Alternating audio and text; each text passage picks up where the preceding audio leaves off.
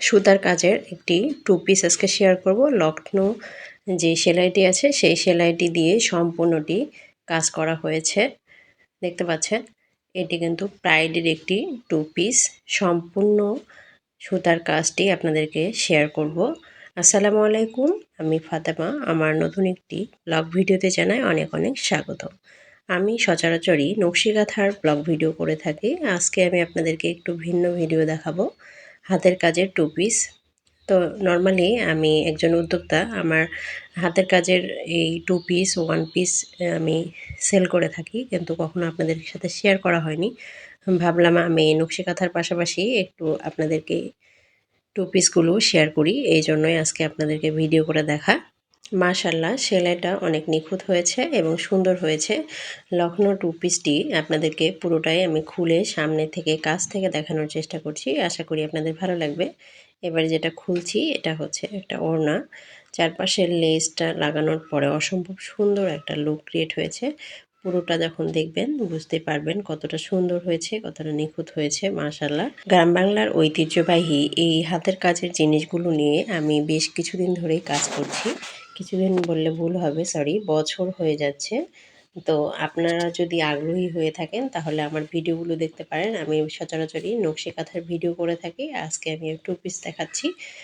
পেছন থেকে দেখতে পাচ্ছেন কতটা সুন্দর হয়েছে সেলাইটি, মাশাআল্লাহ। তো আমার চ্যানেলটাকে ভিজিট করে চ্যানেলটার মধ্যে দেখতে পাবেন নকশি কাঁথার সেলাই এবং নকশি কাঁথার ড্রয়িং থেকে শুরু করে সম্পূর্ণ ডিটেলস কিন্তু শেয়ার করা থাকে। আপনাদের যদি ভিডিওগুলো ভালো লেগে থাকে তাহলে সাবস্ক্রাইব করে আমার চ্যানেলের পাশে থাকতে পারেন। দেখতে পাচ্ছেন আমি পুরো ওড়নাটা কিন্তু খুলে আপনাদেরকে দেখানোর চেষ্টা করছি। আশা করি ডিজাইনটা বুঝতে পেরেছেন। আর সম্পূর্ণ টু পিসটি আপনাদের সামনে থেকে আমি দেখাবো। যদি ভালো লাগে একটু শেয়ার করতে পারেন।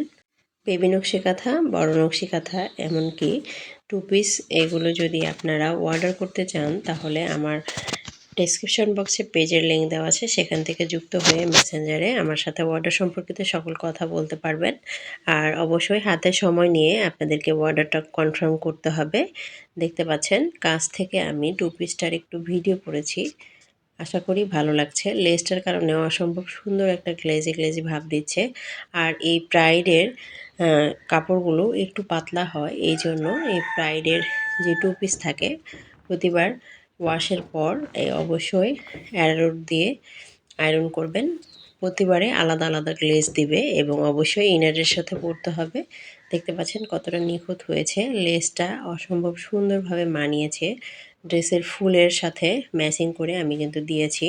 তো কাস্টমার আপুরও অনেক সুন্দর পছন্দ হয়েছে, অনেক ভালো লেগেছে ওনার। উনি কিন্তু আমাকে রিভিউ দিয়েছেন, আলহামদুলিল্লাহ।